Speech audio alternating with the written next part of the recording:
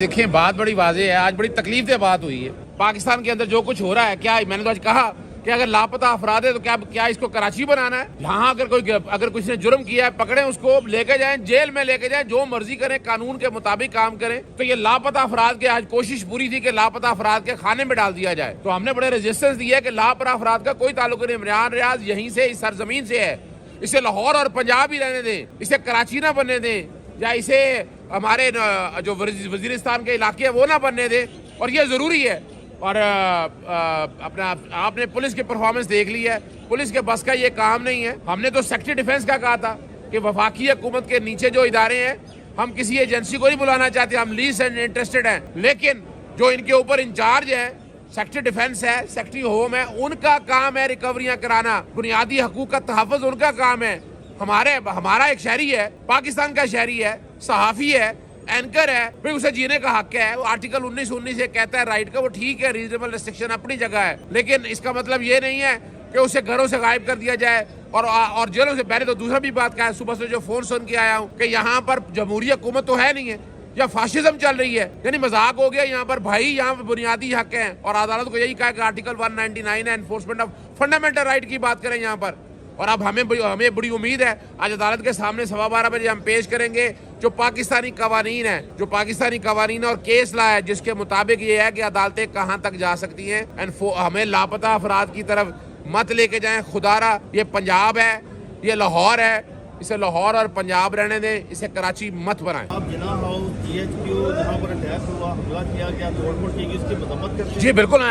मेरी रात इमरान खान साहब से मुलाकात हुई है, बड़ी तफसीली मुलाकात मेरी हुई है।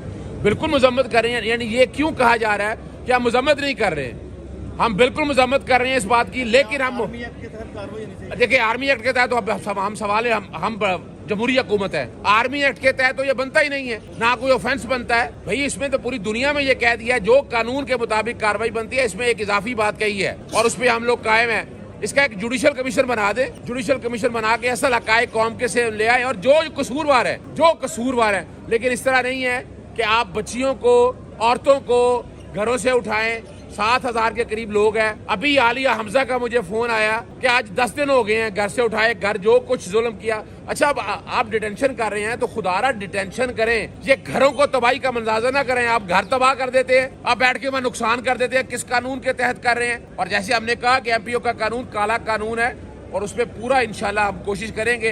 देखें, यहाँ किसी से कोई जाती लड़ाई नहीं है। हम रूल ऑफ लॉ की बात कर रहे हैं, फंडामेंटल राइट की एनफोर्समेंट की बात कर रहे हैं, और हम उम्मीद करते हैं कि कानून के मुताबिक जो तरीकाकार दिया हुआ है, और ये 13 सियासी जमातों को होश के नाखून लेने चाहिए। कल उन पे भी ऐसा मौका आ सकता है। खुदारा मत ये करें, आपने सियासत करनी है, सियासी तरीके से जंग लड़ें, लेकिन इस तरह पाकिस्तानी शहरियों के साथ इनको पाकिस्तानी शहरी रहने दें। इनके भी बुनियादी हक है, जिन्होंने कसूर किया है, जो जिम्मेवार है उनको सजाएं दें। हम सब आपके साथ है, मगर इसका मतलब ये नहीं है कि आप ऐसे और बेगुनाह लोगों को, यानी अगर मुतलका आदमी नहीं है तो उसके घर वालों को उठाकर ले जाए।